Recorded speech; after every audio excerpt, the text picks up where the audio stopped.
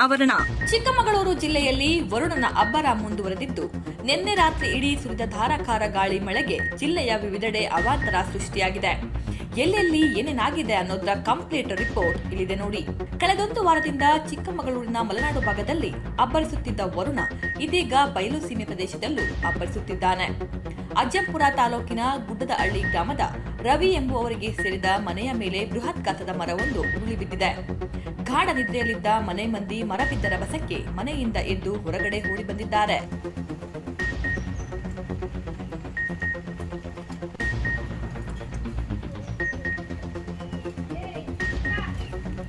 ಅಡೆಗೆ ಓಡಾಡ್ಬಿಟ್ಟಿರ್ತ ಬರ್ರಿ.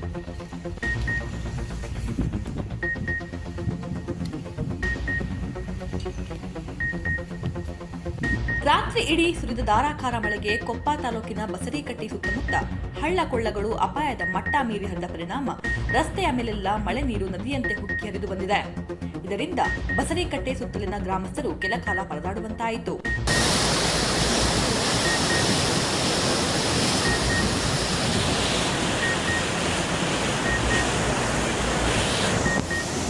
ಕಳಸಾ ಭಾಗದಲ್ಲಿ ಎಡಬಿಡದೆ ಸುರಿಯುತ್ತಿರುವ ಮಳೆಯ ಪರಿಣಾಮ ಕಳಸಾ ತಾಲೂಕಿನ ಕಲ್ಲಾನೆ ಗ್ರಾಮದ ಭಾಸ್ಕರ್ ಪೂಜಾರಿ ಎಂಬುವವರ ಮನೆಯ ಹಿಂಭಾಗದಲ್ಲಿ ಭೂಕುಸಿತ ಉಂಟಾಗಿದ್ದು, ಮಳೆ ಹೆಚ್ಚಾದಂತೆ ಸ್ವಲ್ಪವೇ ಭೂಮಿ ಕುಸಿಯುತ್ತಿದೆ.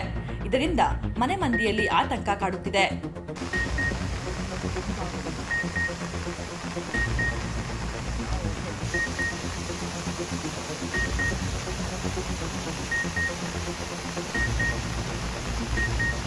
ಕೊಪ್ಪ ತಾಲೂಕಿನಲ್ಲಿ ಅಬ್ಬರಿಸುತ್ತಿರುವ ಮಳೆಗೆ ತಾಲೂಕಿನ ಮೇಗೂರು ಗ್ರಾಮದ ಪ್ರೇಮ ಬಾಪುಗೌಡ ಎಂಬುವರ ಮನೆ ಮುಂದೆ ರಾತ್ರಿ ಕಳೆದು ಬೆಳಗಾಗುವುದರೊಳಗೆ 30 ಅಡಿ ಆಳದ ಬಾವಿ ಆಕಾರದ ವಿಚಿತ್ರ ಕಂದಕ ಸೃಷ್ಟಿಯಾಗಿದೆ.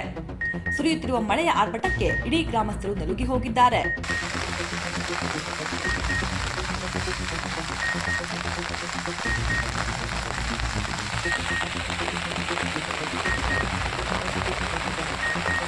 ಬಾಳೆಹೊನ್ನೂರಿನಿಂದ ಕಳಸಾ ಹೊರನಾಡು ಸಂಪರ್ಕಿಸುವ ಮಾರ್ಗದ ಮಹಲ್ಗೋಡು ಸೇತುವೆ ಶಿಥಿಲಗೊಂಡಿದ್ದು, ಪದೇ ರಸ್ತೆಯ ಮೇಲೆ ನೀರು ಹರಿಯುತ್ತಿದೆ. ಹೀಗಾಗಿ ಮುಂಜಾಗ್ರತಾ ಕ್ರಮವಾಗಿ ಸೇತುವೆ ಮೇಲೆ ಸಂಚಾರ ನಿಷೇಧಿಸಲಾಗಿದೆ.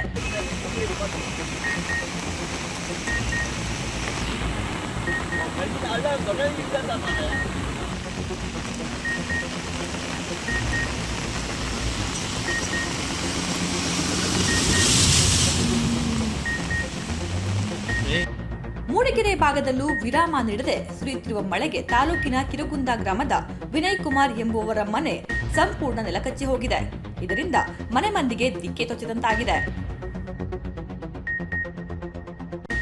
ಧಾರಾಕಾರ ಮಳೆಯ ನಡುವೆಯೂ ಕಾಡಾನೆಗಳ ಉಪಟಳ ಮುಂದುವರೆದಿದ್ದು, ಚಿಕ್ಕಮಗಳೂರು ತಾಲೂಕಿನ ಆಲ್ದೂರು ಸಮೀಪದ ಕಟಾನದಹಳ್ಳಿಯ ಮೂರ್ತಿ ಎಂಬುವವರ ಮನೆಯ ಮುಂದೆ ಇದ್ದ ಕಾಫಿ, ಬಾಳೆ, ಪಪ್ಪಾಯಿ ಗಿಡಗಳನ್ನು ಮುರಿದು ನಾಶ ಮಾಡಿದೆ. ಮೂಡಿಗೆರೆಯಲ್ಲಿ ಸುರಿಯುತ್ತಿರುವ ಭಾರೀ ಮಳೆಗೆ ಕಿರಗುಂದ ಪಂಚಾಯಿತಿ ವ್ಯಾಪ್ತಿಯ ದೋಣಗೂಡು ಗ್ರಾಮದ ಸುಂದರ್ ಎಂಬುವವರ ಮನೆಯ ಗೋಡೆ ಕುಸಿದ ಪರಿಣಾಮ ಮೇಲ್ಚಾವಣಿ ನೆಲಕ್ಕೆ ಉರುಳಿದೆ.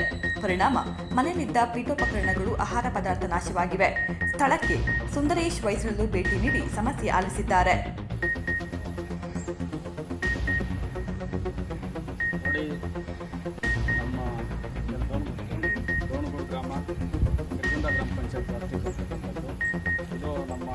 ಉಪಾಧ್ಯಕ್ಷರು ಕೂಡ ನಮಗೆ ವಿಚಾರ ತಿಳಿಸಿದ್ರು. ನಮಗೂ ಕೂಡ ತುಂಬ ಬೇಸರ ಆಗುತ್ತೆ. ತುಂಬ ಬಡವರಿದ್ದಾರೆ, ಅಂಥವ್ರಿಗೆ ಸರ್ಕಾರ ಖಂಡಿತವಾಗಿಯೂ ಕೊಡುತ್ತೆ ಅನ್ನೋ ನಂಬಿಕೆ ಇದೆ. ಯಾಕಂತ ಹೇಳಿದ್ರೆ ಇದುವರೆಗೂ ಕೂಡ ಬಡವರಿಗೆ ಏನು NDRF ಸೇರಿಸಿ ಅವ್ರಿಗೆ ಏನು ಅನುಕೂಲ ಬೇಕೆಲ್ಲ ಮಾಡ್ಕೊಂಡು ಬರ್ತಾ ಇದ್ದಾರೆ. ಮುಂದೆ ಬರುತ್ತೆ ಅಂತ ಅಂದ್ಕೊಂಡಿದ್ದೀನಿ. ಯಾಕಂತ ಹೇಳಿದ್ರೆ ತುಂಬ ಅನಾಹುತ ಆಗುತ್ತೆ. ಇತ್ತ ಚಿಕ್ಕಮಗಳೂರು ತಾಲೂಕಿನ ಹಿರೇಕೊಲ್ಲೆ ಸಮೀಪದ ಒಡೆಯರಪುರ ಗ್ರಾಮದ ದ್ಯಾವಯ್ಯ ಲಕ್ಷ್ಮಮ್ಮ ಎಂಬುವರ ಮನೆ ಕೂಡ ಕುಸಿದಿದೆ. ಈ ಬಾರಿಯ ಮಳೆಗೆ ಒಟ್ಟು ಜಿಲ್ಲೆಯಾದ್ಯಂತ 190ಕ್ಕೂ ಹೆಚ್ಚು ಮನೆಗಳಿಗೆ ಹಾನಿಯಾಗಿದೆ. ಚಿಕ್ಕಮಗಳೂರು ತಾಲೂಕಿನ ಆಲ್ದೂರು ಸಮೀಪದ ಹುಣಸೆಮಕ್ಕಿ ಗ್ರಾಮಕ್ಕೆ ಸಂಪರ್ಕಿಸುವ ರಸ್ತೆಯಲ್ಲೂ ಭೂಕುಸಿತ ಉಂಟಾಗಿದ್ದು, ವಾಹನ ಸಂಚಾರ ಸ್ಥಗಿತಗೊಂಡಿದೆ.